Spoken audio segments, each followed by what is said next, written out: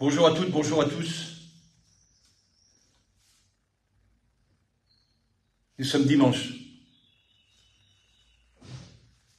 après-midi. Ce live va être court.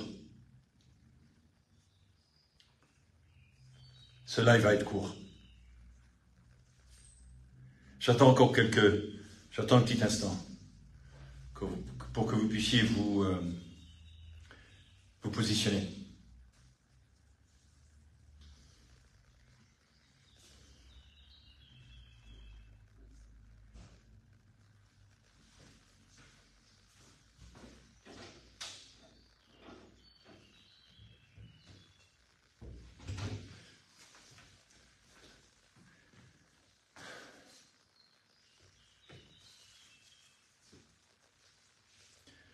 Écoutez, je vais commencer.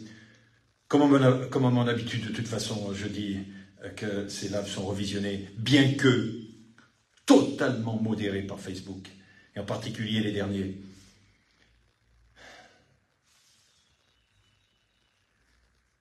Là, j'avoue que j'ai eu 2 minutes de cauchemar en visionnant l'arrestation de Youssouf Traoré, le frère d'Adama Traoré. Sa sœur, Assa Traoré, avait organisé cette manifestation qui avait d'ailleurs été interdite. Avez-vous visionné cette arrestation? Avez-vous visionné cette arrestation?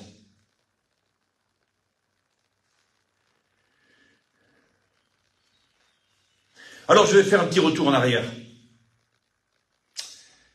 30 janvier 1943, par le gouvernement de Vichy, la Gestapo, les Allemands, les nazis, Hitler, avaient demandé aux collaborateurs d'organiser une armée paramilitaire qui s'appelait la milice française. Comparable aujourd'hui à une organisation paramilitaire qui s'appelle la Brave M. Ces gens qui n'ont pas arrêté Youssouf Traoré, qui l'ont littéralement, j'ai même pas les mots, c'est inimaginable qu'il s'en soit sorti, malgré une fracture du nez, un traumatisme crânien. Où sommes-nous? Vous les avez vus marcher, la Bravem? Vous les avez vus quand ils ont reconnu le frère? La Gestapo, la manière dont ils marchent. Et puis, cet assaut contre lui, ils se sont mis à 8-10 en créant un périmètre de sécurité avec leur matraque. Mais où sommes-nous? Sommes-nous en temps de guerre? Comment peut-on arrêter une personne de cette façon-là? Comment peut-on lui faire un traumatisme crânien quand, pour commencer, son frère a été tué, et on le sait. Il a été mis à terre par 3 policiers, la cage thoracique à terre, il en est mort. Et sa famille défendait sa mémoire. Mais vous avez vu la façon dont on l'a arrêté? Mais que fout Gérald Darmanin, encore ministre de l'Intérieur? Mais c'est inimaginable. Comment pouvez-vous accepter? Mais j'ai plus les mots. Regardez cette arrestation. Regardez ces policiers. Je ne peux même plus les appeler des policiers. Ces voyous. Et on est fort parce qu'on est à 8 à 10 contre 1. On est fort parce qu'on porte le brassard de la honte. Ces gens-là, c'est-à-dire police. Ces gens-là sont la honte de la police. Parce qu'il existe des bons policiers. Mais vous, les bons policiers, réveillez-vous. Faites grève. Refusez de travailler pour le ministère de l'Intérieur si vous avez des gens comme ça, aussi corrompus, qui font le même travail que vous alors qu'ils défendent une ancienne idéologie de 1943 qui était la milice. Vous l'avez vu, le frère? Il peut même plus, il a un œil, il n'a plus qu'un œil, il a un œil gonflé comme ça. Et ça, c'est nous.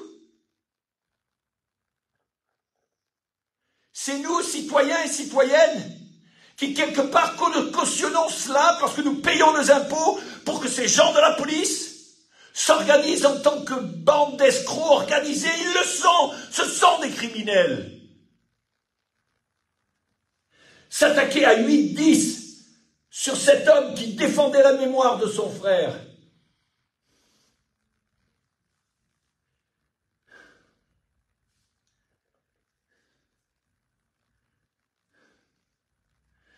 Je pouvais même pas visionner ces quelques images d'horreur, de terreur. Mais Macron, le ministre de l'Intérieur, mais qu'est-ce que vous foutez? Comment ne pas réagir? Comment ne pas mettre immédiatement, à la seconde, ces 8-10 policiers dehors? Vous attendez quelle justice? Ma même justice où j'ai été, où on a orchestré un faux refus d'obtempérer à mon insu, à mon encontre? La même justice qui a tué Naël? Et nous sommes en France? Réunissez-vous autour du rassemblement des droits de l'homme, mais le problème c'est que je suis censuré comme jamais je l'ai été. Même mes dernières vidéos. Tenez, je ne vais pas le citer. Encore quelqu'un qui essaie, qui n'en peut plus parce qu'il ne peut pas partager. Je ne vais pas citer son nom de famille. Un certain Saïd T, la lettre T pour son nom de famille. Il nous censure, il m'écrit, bande de, il s'adresse au gouvernement. On ne peut pas partager bande de, face de, et il a raison.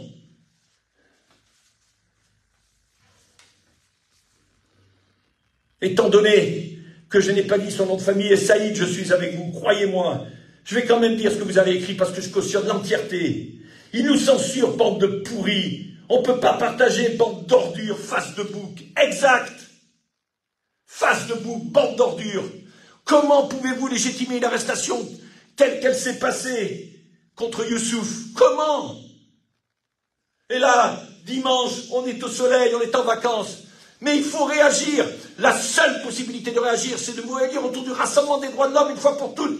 Et demander, étant donné que je suis censuré, étant donné que je suis plus que censuré, faites en sorte d'imposer le rassemblement des droits de l'homme à vos radios, à vos télévisions. Finalement, la vérité sortira. Finalement, la seule personne qui a le courage de dénoncer cela, c'est Philippe Argillier, c'est-à-dire moi-même, président du Rassemblement des droits de l'homme, qui est une entité gouvernementale. Et je n'arrête pas de vous le dire, je n'arrête pas de vous le répéter.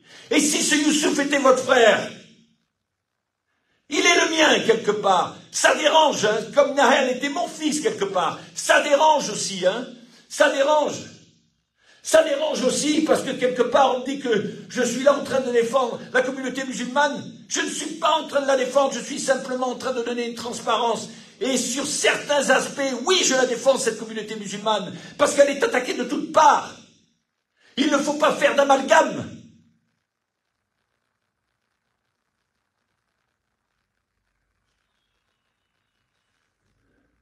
Youssouf, encore je passe mes lives à demander pardon au nom de mon pays. Youssouf, pardon, parce que je suis le seul qui puisse le faire. Alors moi je vais vous dire, Gérald Darmanin, ministre de l'Intérieur aujourd'hui, à votre avis il est où? Dans un de ses salons, dans un de ses appartements? Avec des policiers que vous payez pour le protéger? A-t-il réagi? A-t-il dit maintenant c'est terminé? Aujourd'hui, nous sommes dans une position en France où on ne peut plus rien attendre de la justice, c'est-à-dire qu'il faut prendre des exécutions, des décisions exécutives immédiates. Peu importe la justice, on n'attend pas la justice. Les vidéos sont flagrantes. On prend les décisions immédiatement. Et on n'essaie pas de comprendre quand on tue sur un refus d'obtempérer, qui n'en était pas un, parce que Gaël était arrêté finalement. Et quand on fait une arrestation comme celle-là, on ne va pas perdre notre temps dans des procès de merde. Des procès de merde. Parce qu'aujourd'hui, il n'y a plus de justice quand s'y concerne ces violences. Parce qu'elles sont cautionnées par le gouvernement. Et qu'on m'attaque pour diffamation. Peu importe. Peu importe. C'est pour ça que seul le chef d'État peut faire la différence dans ce pays. Seul le Rassemblement des droits de l'homme, seul moi-même, Philippe Argillier, peut faire cette différence. Vous imaginez un peu si j'étais à la tête du pays aujourd'hui. Déjà, Ce genre de violence, ça n'aurait plus. Plus!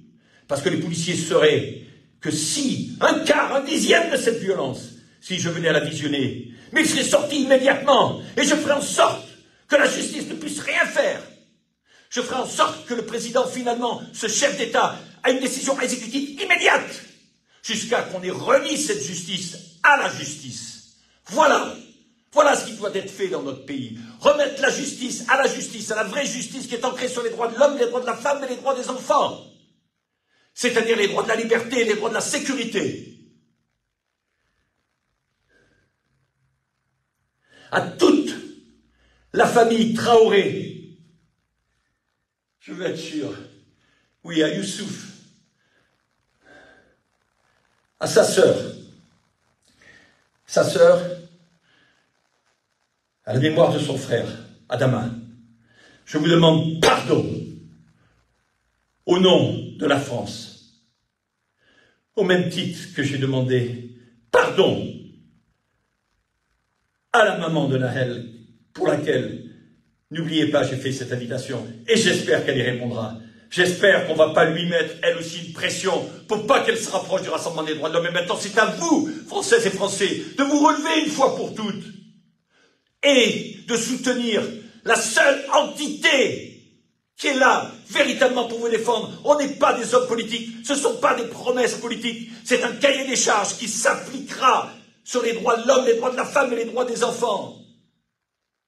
Comment voulez-vous que je reste calme en voyant une telle interpellation? Comment voulez-vous que je reste calme en voyant un tel assassinat contre Nahel? Comment voulez-vous, à moindre échelle, que je reste calme en orchestrant un faux refus d'obtempérer à mon encontre? Comment? Le seul moyen aujourd'hui, c'est de rentrer dans l'offensivité, c'est-à-dire de se défendre. Sinon, on baisse les bras. La milice, c'était une organisation de collaborateurs qui a travaillé avec la Gestapo. Et bien, s'il n'y avait pas eu le général de Gaulle, s'il n'y avait pas eu cette voix aussi qui a décidé le 18 juin 1940 de faire cet appel et de dire « Allez-y !» Il avait dit « La France n'a pas perdu la bataille, mais la France n'a pas perdu la guerre. Nous n'avons pas perdu cette guerre. Mais il a dû créer les forces françaises libres. Nous sommes dans le même contexte, plus grave, parce que l'ennemi amical qui nous dirige se positionne comme ami. Ça, c'est le danger. Il vaut mieux avoir un vrai ennemi devant soi. Il était plus simple de se battre contre Adolf Hitler et contre les nazis parce qu'on savait qui ils étaient. Ils portaient même un uniforme différent. Doit-on aujourd'hui confondre les uniformes de la police avec les uniformes de nazis? Pour certains policiers, je le répète. Pour certains policiers, je le répète. Je dis bien, je ne m'attaque pas aux forces de l'ordre en général. Je m'attaque à ces policiers. Mais le problème, ces policiers pourris aujourd'hui pourrissent nos policiers. L'image que nous avons d'eux. De Gaulle, la France a perdu une bataille, mais la France n'a pas perdu la guerre. Aujourd'hui, nous avons perdu la bataille, les batailles, mais nous n'avons pas perdu la guerre, car nous vaincrons. Et le seul moyen de vaincre, c'est de vous rassembler autour du Rassemblement des droits de l'homme. Le seul. Pardon à la famille Traoré. Et j'espère à bientôt à la famille de Nahel. Au revoir.